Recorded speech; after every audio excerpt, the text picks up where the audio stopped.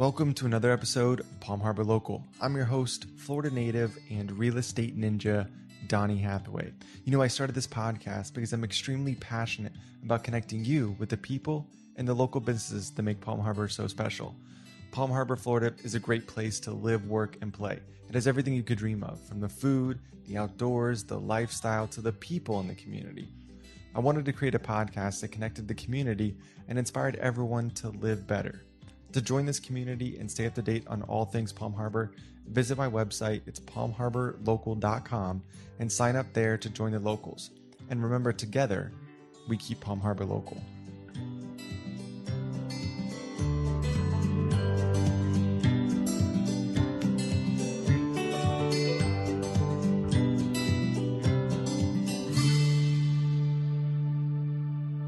So welcome back to another episode of Palm Harbor Local. Today we have Sharon Fekete back on for episode number 2. I made it back. Welcome back. Thank you. So you've written a book, The Broken Road to Mental Health in Life and Business. You own The Doctor Whisperer. You own 13th Ave Media. You have a couple of podcasts. I do. I have 3. I only talk about 2 because really I only do 2 consistently. Okay. So the 13th Ave Media and the Doctor Whisperer podcast. And the Broken Road to Mental Health. The Broken Road to Mental Health podcast. That's right. Okay. Where do you find time to do all this? Well, Donnie, I was told before I opened my business that it was going to be a lot of work. And that if I wanted to do something great, I'd have to be willing to put in the work. Mm-hmm. So I actually do it pretty systematically. You know, I'm very organized. Yep. I have a wonderful woman, Alyssa Palenzuela, that is full-time with me. So she really helps me get a lot done.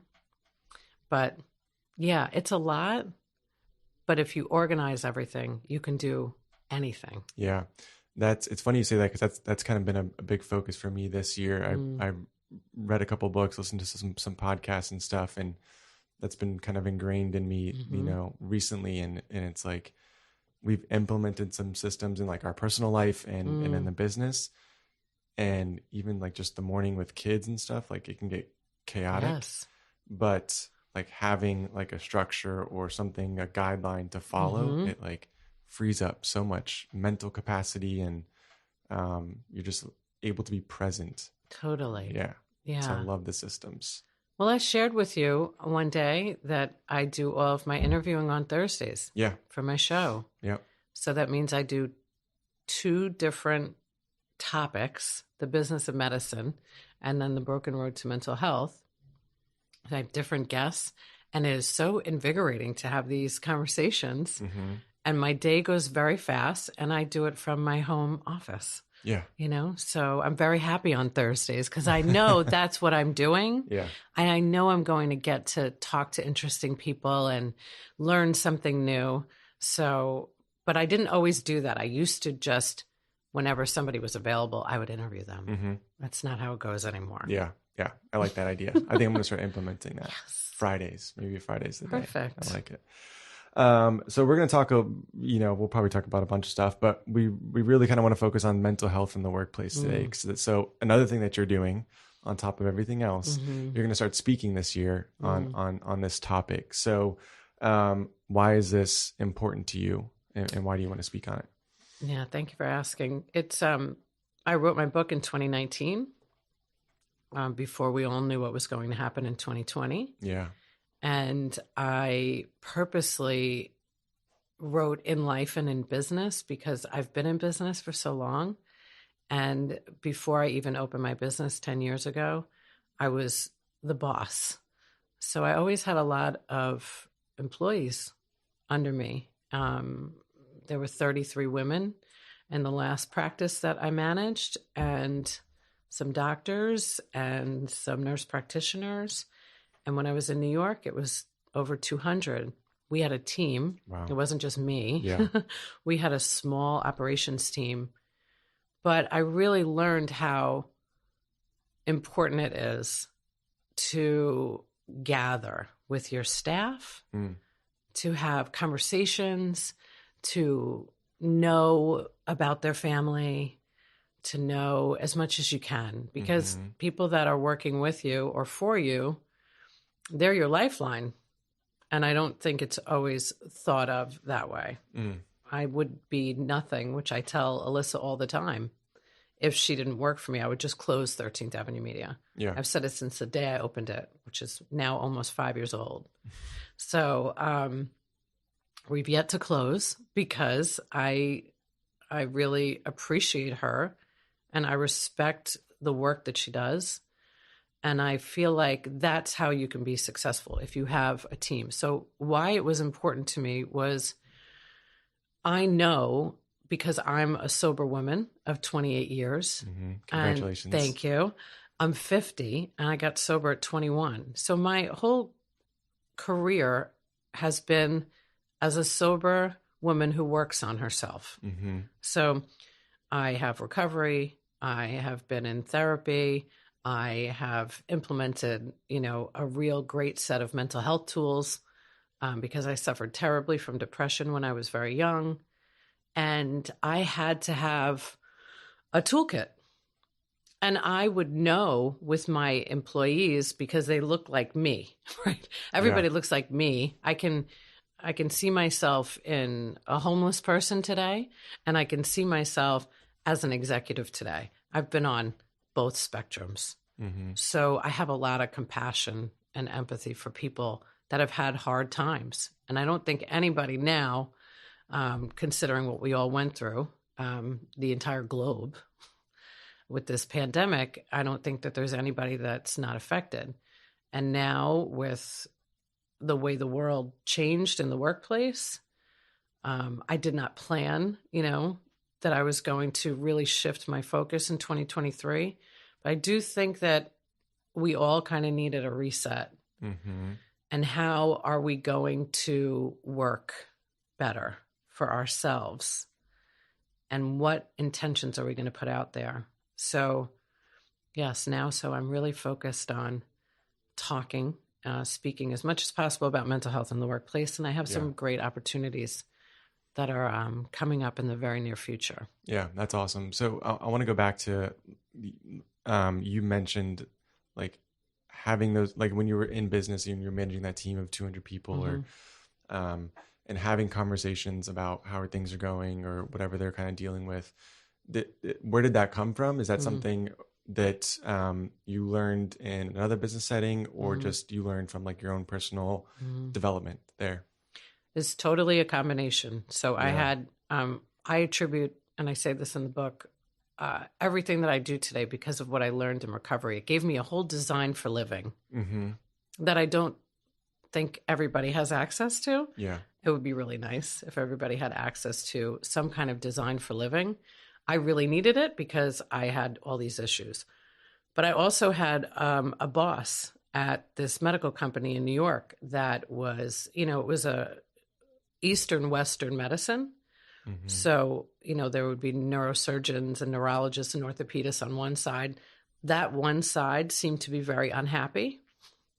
And then I had on the other side, massage therapy, acupuncture, so alternative medicine. So it was this great integration. And I got to see both sides in my 20s. This is in the same building? This is in the we had 11 offices and 42 satellite offices. Okay. We were spread all over New York. But yeah. Okay. So, but this vice president of mine, she lived that lifestyle. So she was running, she was talking about acupuncture, and we would meet with, because we had all these practice managers that worked for us, and we would have a meeting with them, and she would start the meeting. She would be like, Sharon, they're real. I don't know what they're going to do, but we're going to start with meditation.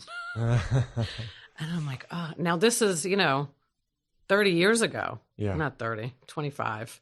Okay. And I was like, I don't know, because I had girls from Brooklyn and the Bronx and, sitting in a room looking at us like, are you guys nuts? Like, we're going to meditate before we talk about business. Yeah. And that's what we did.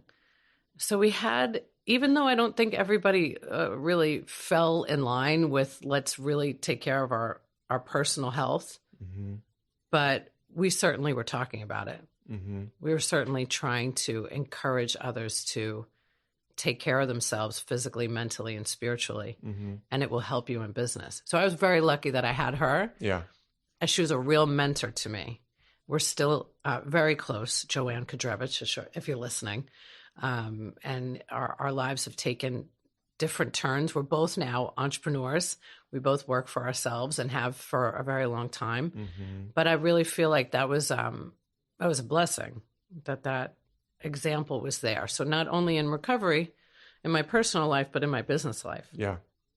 So I got real lucky, Don. Yeah. So it's funny how like, those scenarios just kind of happen, from time to time, and just right place, right time sort of thing. And you meet the right people and that sort of stuff. So you mentioned, like your toolkit.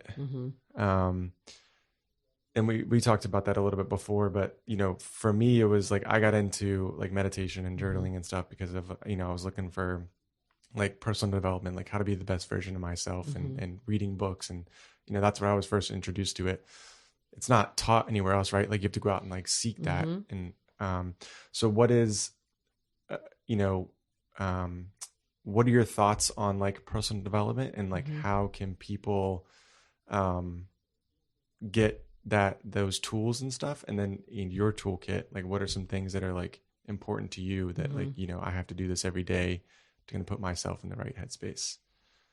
I would not be able to function. Yeah. You mentioned, how do you do it all before? Yeah. I would not be able to function if I did not have a plan of action every day about my own personal health. A lot of people talk about self-care, like all these buzzwords that are out there. I've had that, a plan for a long time. It's just gotten bigger and broader as I have evolved as a person that wants to continue and seek, through this journey. So, I get up and I do strength training, and then I meditate, and then I walk my dog with my husband, and we have coffee. And then I usually go for a walk or a walk run in a park with nature. It's all of these elements are so important to me. I'm always listening to podcasts. Yeah. I'm always listening to somebody that is going to inspire me, motivate me, keep me accountable. Always positive information coming into my ears. I'm very active in recovery still to this day, 28 years later. I saw my therapist last week or this week. It was Monday. This week, yeah. Yeah. I can't get enough. Yeah. I can't get enough of doing my best to try to be better. And so when I talk about that in the workplace, I realize that if somebody isn't thriving at work or as an entrepreneur, I'm usually just thinking about what they're doing to take care of themselves. Yeah. What does your mental health workout look like? Yeah. Because if you're not doing something and you have a very demanding job, you are going to act out in different ways. Yeah. You're going to say something flippant to somebody that you didn't necessarily mean. You're going to show up late. You're going to blame others. There's no accountability. If you suffer from low self-esteem, you're not going to be able to ask for a raise. You're not going to be able to negotiate properly. You're not going to be able to be silent when somebody gives you a number. All of these things go back to how we take care of ourselves. Yeah. So I'm so grateful. I was 21, right? So my whole adult life has been this. But I watch people in my personal life and in my business life that constantly want to be a victim. They choose to be a victim, and they choose to not get the right help to get them out of that. And when I say help, I'm not talking about therapy, although I'm a huge advocate. Yeah. There are many ways to help yourself. Sure. But at some point, everybody has to become accountable. Yeah. For themselves. Absolutely. How does, it's interesting, like what you just said about like some people, choosing to be a victim or, do you think that like everybody can like get out of that scenario, that mindset? What's up, Palm Harbor? It's your host, Donnie Hathaway. If you are looking to stay up to date with all things Palm Harbor, then visit my website. It's palmharborlocal.com. Super simple. You can sign up there, join the locals, where I'll be sharing more information on local events, local history, and what's happening in Palm Harbor.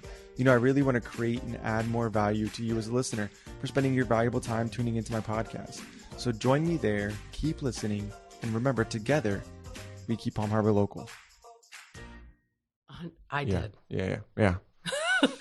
I mean, I was homeless and addicted to crack. Mm-hmm. I blacked out and moved to another state after going to 2 rehabs and a halfway house. Yeah. So like there's no other answer than yes to me, because I have been through a tremendous amount of trauma that I wouldn't wish on anybody, and that I also didn't deal with until I wrote the book. There was a lot of stuff that, because I'm a solution-based person, and I've been in business so long, and I'm from New York, doesn't mean I'm tough. It just means that, you know, I've had to survive a lot. And I would rather focus on the solution versus the problem. But the truth is, the problem is never going away until I deal with it. Right. So I've completely changed, even I feel like, as a person, since I told everybody all those deep, dark secrets. Yeah. I mean, I've told them to people in my recovery, but I never told it publicly. Yeah. So there's a lot of healing that has to happen. And I think if you're willing to see that the same thing keeps happening over and over again, right? That's the definition of insanity. Yeah. Doing the same thing, expecting a different result. Yeah. At some point, everybody has to stop and say, maybe I could do something differently. Yeah. You know? Do you, and I like, I think of, like you have to be like self-aware to do that. Like, do you think self-awareness is a trait that everybody has, or is it something that's learned? Is it, you just kind of... I wish I could say yes. Yeah. That everybody has it. Yeah. I know. I don't think so. Yeah. I actually think, and I could be wrong, there's no proven study on this, but I feel like people that have gone through some type of adversity, whatever that is, they've been fired, they've been divorced, they lost a loved one in the pandemic, they lost a loved one. I think that people can have then empathy for others, or they have a history, a record to look back at to say, well, I made it through this. Yeah. I could do more. And it gives people an opportunity not to judge.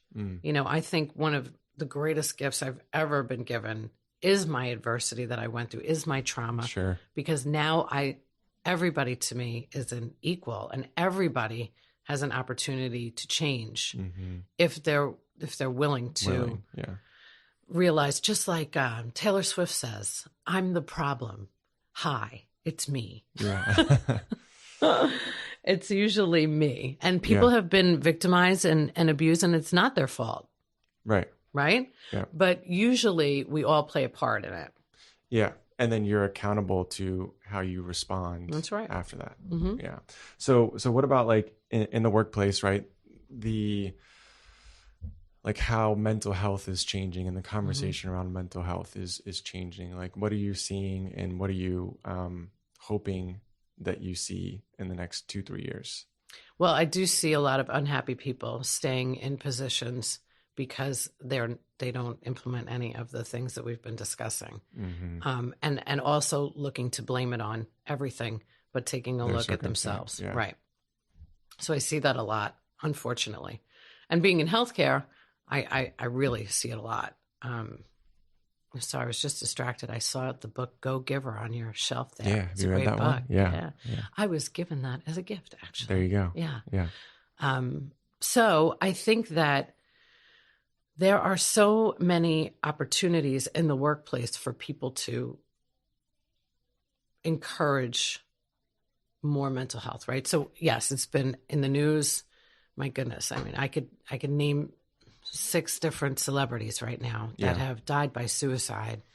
The latest being Twitch. And, you know, I was in New York City when a I heard about that. I'd taken Alyssa, my employee, for a 24-hour whirlwind trip as a gift. Oh, wow. As a bonus, Yeah. as her birthday for Christmas, because she hadn't been to New York in so long. And here we were having the most wonderful time and hearing about this person that everybody says the same thing all the time. He was so happy. He had everything going for him. Married, children, successful financially, personally. And nobody knew, right? So why is this the conversation that keeps happening?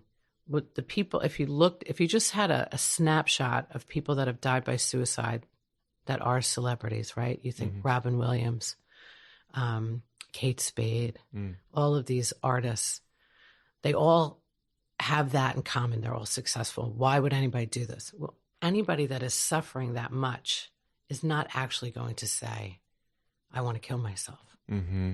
Yeah. They don't see any other way out. And they're also not in a safe space where they can say something. They can say that, right. So a leader or somebody especially in business, right? If we're in a corporation and there's 300 people working in this organization, there are probably at least 100 people that are suffering from something. Mm-hmm. Which is crazy. It's number, crazy. Right? I mean, it's bad. Yeah. You know, like I'm not big into statistics because I don't have to be. Mm-hmm. Right. You just Google what's happening. So I think that if somebody would consider this and have these conversations more often than just that, mental health day, World Mental Health Day, Wellness Week, right, Self-Care Day. I'm very happy about these hashtags, Donnie. Don't get me wrong. Yeah. Gives me more opportunity to talk about mental health in the workplace. But there has to be some kind of consistency. And I also believe that the people at the top are responsible for what happens to every single person in between. So if you have an employee assistance program. So that right there, though, like, I think maybe that's where part of the problem is like they don't feel that they're accountable to, the wellness of everyone in their organization, right? Yeah. Well, I hope that they start feeling that way. Yeah. Because it's really awful what's happening. And I am like positive Patty, I'm all about like overcoming and let's put out that positive message. But then there's that, toxicity that comes along with that positivity sometimes. We have to be real about it. So it doesn't, if you're, I've had a lot of people say to me, Sharon, how do I talk about this stuff in the workplace? Well, maybe you bring somebody in to talk about it if you're not comfortable. Yeah, right. But somebody really has to have the courage to see that there's nobody in the world, Donnie, that hasn't had an issue in their life. Right. Which is the crazy part, if you think about it, which is the crazy part that it's not like talked about more. Yeah. Right. Like we're all going through the same struggles. That's it. Yeah. Yeah. Like every day it's hard. Right. Something is happening. I mean, I have family issues with health issues and, there's a lot that goes on, but I'm willing to talk about it. Mm-hmm. So it is one of the biggest pieces I find is lack of communication. It's just being afraid to be vulnerable. Yeah. I know it's hard. And I don't think anybody should go, writing a book and have a chapter called I Smoked Crack. I'm not saying that. Right. That's my story. Yep. This is 28 years later. I have no shame. I have only like, wow, if I can do this, you can do it. I want to be a pillar of hope for somebody else to see that you could go through all of this, make it to the other side in business as well. But if we talk about it in business, and just like you and I were sharing before we hit record, that if people felt like that their boss would be okay with them being sick or having an anxiety attack and not being able to come into work, those people are never leaving. Mm-hmm. Yeah. They're going to stay because they feel heard, and everybody wants to be seen and heard and feel validated. So listening is such a big piece of what I find leaders not doing out there. Not all, but a lot. Yeah. So how does it, I mean, it starts at the top, right? Yes. It starts with the leaders. It starts with, the CEOs and the people in charge Yes. of these bigger companies. How does it, and really it's like them taking care of themselves too, right? So it starts with them being accountable to their own actions and then providing that space for everyone else beneath them to do the same thing. Yeah. I mean, you could be the greatest example for somebody else. There's a saying in my 12-step recovery, just be a shining example for somebody. Never push something on somebody else because that's not going to work. Right. I'm not going to push that anybody gets up every morning and does strength training and meditates and walks the dog and all the things that I listed. No way. Right. But I'm also not going to tell you, you shouldn't do this, you shouldn't do that. Just share about my own personal experience. And then somebody feels safe that I'm not going to be judged because look at what she was able to say. So if more people, it doesn't have to be the deepest, darkest secret that you have, right? Right. But showing some fear that you were scared through the pandemic, that you weren't sure.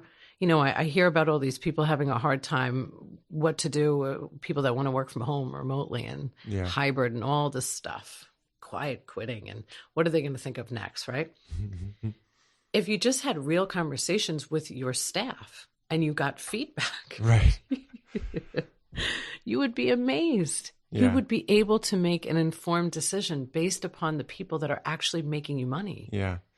Do you think seems so simple, Don? Right. It is. It is simple. It is. It is simple. Do you think it'll change? I mean, I think it'll change. It's changing. Yeah, it's changing, right? And is it like the CEOs of these companies now and stuff? Is it changing because they're retiring or moving on, and then new people are coming in that have sort of this accountability to themselves and different approach and different mindset, or is it the combination of both, right? The CEOs are their mindset is shifting too.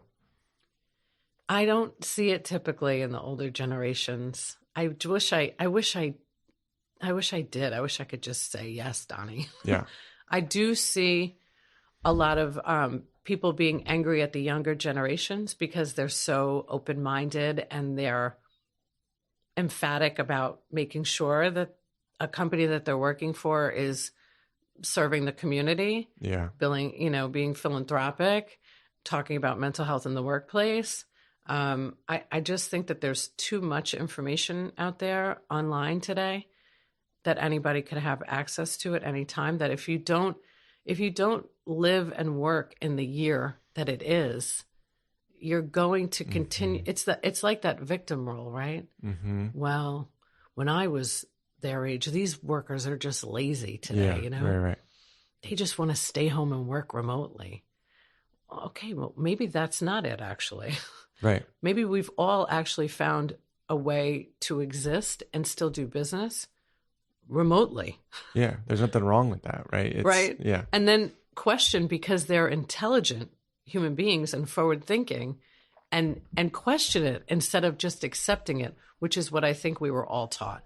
I was taught, and I will just share this one thing, when I first started at New York Medical, that I always wear a power suit, and that no matter what, I knew the answer, even if I didn't. And never let anybody see fear inside of me when I'm out speaking to a physician, because he will eat me alive. That's what I was told. I am so the opposite of that. Yeah. In my soul. But I did it because I never felt genuine. I always had fear showing up somewhere because I was thinking about what I was told. I can't show that I have fear. Yeah. And I'm in a power suit, for God's sakes. And a red one, and red looks terrible on me. So, I think it's very important that people understand generations if they are leaders. Yeah. Michelle Northrup taught me that. She's a part of Working Women at Tampa Bay, and she talks about generations. Like, we have to understand generations, cultures, all of it. Yeah, because they're the older generation, right? Like their parents or grandparents are probably saying the same thing about them, right? And what were they told? They weren't told to show fear. Right. stop crying, I'll give you something to cry about. Yeah. All of that machismo and just, I'm really a strong person. Yeah. I'm a strong woman. I've been through so much. Well, you don't have to you don't have to go through that much. You can get help. You can help others. There's a lot of simple solutions out there. Yeah. Yeah. So speaking of those simple solutions, like what would be like if someone's kind of like, stuck or, doesn't feel like there's an answer where they're at or whatever, like what's a good first step for them to kind of take? I mean, personally or in business? Both. I would say both. It applies. Yeah. I think it would be great if everybody had somebody that they felt comfortable and safe with to tell the truth to. Not everybody has that. So there's sources like dialing 988. And 988 really is just going to put somebody in touch with another resource. So somebody that they can talk to is just so important. I think that I like to offer things that are not the norm. Yeah. If you're an introvert like me, which most people don't think I am, I would say find a podcast that you can listen to. That's inspiring. I love listening to Super Soul Sunday with Oprah Winfrey. I love listening to Depression Mode with John Moe. He interviews comedians. They talk about depression and they talk about adversity and how they came out of it. I want to be around people that understand me and can help me, not, go, oh yeah, you're right. You should feel bad. So I think there's so many resources. You could join a recovery meeting online and not have to be in recovery. There's open meetings. Yeah. I really think community, Donnie, is one of the most valuable things for people. Without community, we can't thrive. And we are not meant to be in isolation. Yeah. So for all of us that were put in isolation because of what happened, it's really affected people. Look at all the kids that had to miss their graduation and how to learn from home. So all of that is going to affect you. It might not affect you while it's happening. That's called trauma. Yeah. And you don't usually deal with that when it's happening. It affects us later on. So I think if people were more open of having these conversations, just like what you're doing today. Yeah. And there's only one way to normalize anything, right? And that's to talk about it. Talk about it. Yeah. There's nothing to be ashamed of. Yeah. Because like you said, at the end of the day, like we're all struggling in our own way, trying to figure it out. We're all really just faking a lot of shit out here, Donnie. I heard that recently. They were talking about like business owners and stuff. And they were like, no matter how successful that business owner is or that business is, like they still don't know what they're doing, right? It doesn't matter, you have one employee or that's right. 300, like you're still figuring it out. That is 100% right. I have never known the specific answer when anybody asks me, how do I start a successful business? I know the only thing that matters is that you actually start. Yeah. Yeah. You have to be willing to take a risk and willing to step out in faith and try something new. Yeah. And it's the same thing with life too, right? It's, you just got to start somewhere and having conversations, having people around you that are open to those conversations. And find those people. Find those people. Seek them out. And have a small circle. There's not going to be many people. Yeah. Unfortunately, there's a lot of people that are going to make you feel bad because you're trying to do something great. So you have to have to go through those people, unfortunately, most of the time, but find a tribe of people that will light up when they see you. Yeah, I like that. That's really nice to actually have somebody excited to see you instead of, oh, Sharon's back. Here's Sharon again. I love that. Well, I'm so grateful for you and you jumping on here again for sharing your message and stuff. So my pleasure. Yeah. Where can people get more info about read your book? Yeah. They can download it. Yeah, Audible. You could listen on Audible. Yeah. That's my favorite because I listen to books myself. That's where I listen to it. I download it on Audible. Yeah. Yeah, you could read it like old school. Probably one plane ride to New York or to Chicago from Florida, 2.5 hours to finish it all. If you just put in the Broken Roads Mental Health, the podcast, I think is really good, not because I'm hosting it, but because there's a lot of people that come on that have lived experience. Yeah. in the workplace and just in their own lives, and how to be on the broken road to mental health and navigate through it. So there's some really great resources on the show. So yeah, I love that. And we'll link all that in the description below for anyone. Thank you. Yeah. Thank you so much. Thanks, Donnie. Thank you again for listening to another episode of Palm Harbor Local. I really hope you got a ton of value out of today's episode. Now, if you're looking to connect with the guest or just get more information on the episode, then you can check the description below. I'll have all the links in the episode as well as a link back to my website. It's palmharborlocal.com, where you can stay up to date on what's going on with the podcast and sign up there to join the locals. Let's get after it this week. And remember, together, we keep Palm Harbor local.